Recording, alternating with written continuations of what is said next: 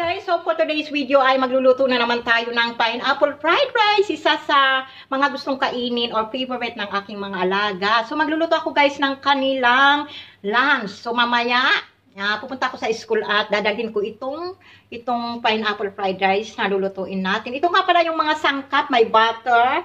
Ayan, butter and olive oil yung aking gagamitin. At saka yung may chicken breast. Yan, pinag-slice ko na. Onion and garlic. Ito nga yung pineapple. Ayan. At saka yung mixed vegetable. Frozen mixed vegetable, guys. Ito nga pala yung gamit ko. Ayan. Tapos ito naman yung mga pampalasa natin. Soya sauce, Maggi seasoning. And saka yung chicken stock. Ayan, guys. Ito yung ABC sauce. Ito yung sweet sauce.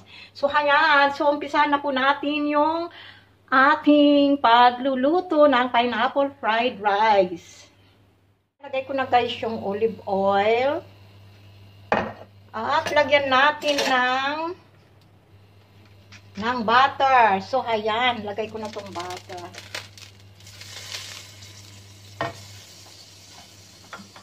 Mainit na siya kasi pinainit ko na yung kawali. At ilagay ko na to. Yan.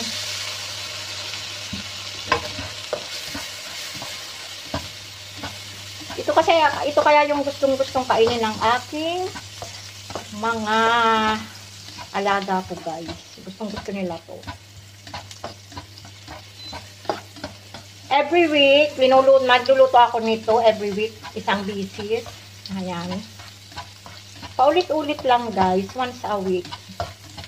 Once a week, dapat makatikim sila nitong pineapple fried rice. So, ayan. Ilagay ko na tong chicken, mga laman, chicken breast. Guys, alam niyo ba na medyo nagmamadali ako ngayon kasi 10:15 ay pupunta ako sa eskwelahan. Yun, may magsusundo sa akin yung nagda-drive sa akin papuntang school. Kasi hindi naman ako marunong mag-drive, guys. So, lakasan natin yung apoy. Tapos, ang susunod na ilalagay natin ng, ito na ilalagay natin guys, soya sauce. So, ayan. Soya sauce, kaunti lang. Alam nyo ba yung kaunti lang guys? Yan.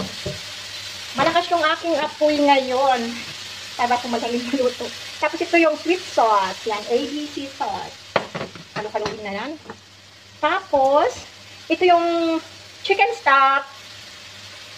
Yung pampalasa. Parang Knorr cubes. Yan. Hindi ako guys nagbibitsin pag sa mga bata. Pero pagkain ko, yung linuluto ko, kung nagluluto ako yung nilalagyan ko ng bitsin, yung sa akin. So, ayan. Tapos lagyan ko na ng Maggi seasoning. Kaunti lang. Chance lang guys. Depende kung kaunti yung lulutuin mo, di kaunti lang naman. Kung madami naman yung lulutuin na fried rice, do madami din. So, ayan. Yan ko pala ng paminta. Ayan, malilimutan, wala ng paminta. Yan, paminta powder. At saka ang susunod na ilalagay ko guys ay itong, ayan, mixed vegetable. So, haluin lang natin. Malakas yung apoy ko guys. Dapat talaga malakas yung apoy pag magluluto ng fried rice. Quick fried rice. So, ayan na nga. Ito nga pala guys yung malamig na kanin. Ito yung leftover namin kagabing kanin. Yan. Malamig. So dapat talaga pag magluto tayo ng fried rice ay yung malamig. Ay naku, ang dami nga nitong kanin. Bawasan ko kaya. So, bawasan ko yung kanin guys. So hindi na ako sa inyo magpapakita kasi nga hindi pa nga ako naliligo. Busy ako kanina guys pag galing ng mga bata kasi ang kalat dito pag umaalis yung mga bata at saka yung madam ko. Makalat dito sa sala. Naglinis na ako. Naglinis muna ako. Tapos ito na naman magluluto. May mga isasampay pa nga ako guys yung mga damit nila, uniform kahapon. Nasa loob pa ng washing machine. So mamaya na yun. So wala namang init ngayon. So ito na nga. At ang susunod ko nga guys na ilalagay, ito na yung lalagyan na natin na ito yung pineapple. So, ayan. So, medyo malinaw itong cam ko guys. May sumpong itong cellphone ko. Minsan malabo yung cam, minsan na malinaw. So, kung nakikita nyo itong sandok ko guys, luma na. Tingnan nyo. Ito talaga yung gustong-gusto kong gamitin na sandok. Dito sa kusina, kung nakikita nyo yung mga video ko, ito talaga yung gamit kong sandok. Sabi ng madam ko, itapon ko na daw kasi may mga extra naman talaga ditong sandok, guys. Kaya ito talaga yung gustong-gusto ko. Kaya ito talaga yung ginagamit ko. Luma na siya, oh. Tingnan nyo. Yan, magaan lang kasi siya. Tapos, maganda talaga siyang gamitin. So, hayan. Ang susunod natin na ilalagay ay yung kunyit powder. Kunyit powder, guys. So, hayan. Lalagyan lang natin siya ng kaunti. So, para magkulay-kulay yellow yung ating fried rice. Kaunti lang. Yan. Bisik-bisik lang. Yan. Tama na yan.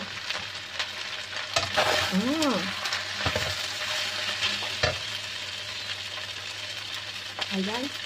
Kailawin ko nga itong lutuan ko. Ayan. Yung kang ko ay naka-steady lang dyan. Hindi ko ginagalaw, guys. Wala tayong cameraman. Wala tayong tagahawak ng cam. Kaya steady lang yan dyan habang ako ay nagsasalita dito. Ayoko lang mag-voice over mamaya pag ako nag-edit. Kaya nagsasalita na ako, guys, habang ako ay nagluluto. Ayan, luto na ang ating fried rice. So, diba, ang bilis lang. So, ngayon ay titikman natin. Titikman ko siya. Titikman natin kung okay ba yung lasa or kung kulang yung alat niya. Tamang-tama lang, guys. Estimate ko na talaga.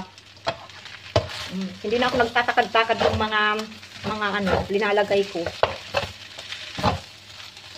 Ayan, luto na po yung ating pineapple fried rice. So, mamaya, magluluto pa. Hindi ako magkakain ako, guys, yung leftover kagabi dyan.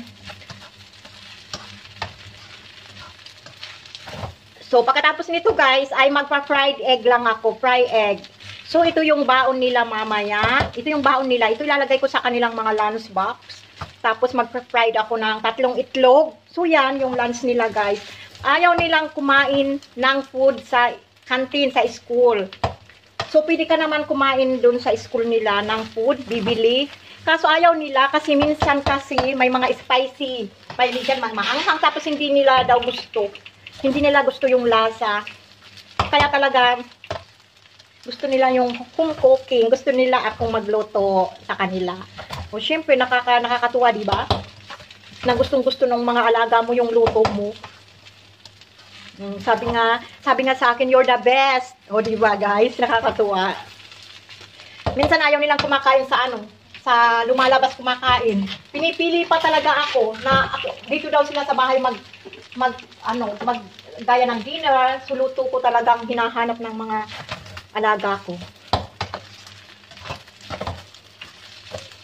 So, ayan, guys. So, pero guys, minsan nag-order kami ng food. Hindi ako pinapaluto ni ma'am. Nag-order kami ng gaya ng sushi, yan, mga Japanese food, Korean food, na McDonald's or KFC, ganun. Yun lang pag nag-order kami ng pagkain sa labas. Ayan, luto na po yung ating fried rice. Ito na, guys, yung pineapple fried rice na linuto ko, guys. So, madali lang, napakadali lang, guys. So, sa mga 15 minutes, makakaluto po kayo ng fried rice, pineapple fried rice. So, hayan. Thank you nga pala. Thank you for watching.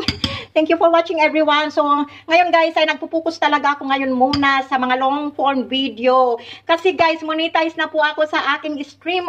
Thank you so much sa mga followers, sa mga viewers, sa mga nanonood ng video, guys. So, thank you po sa inyong lahat. Bye. Thank you for watching. Bye, guys.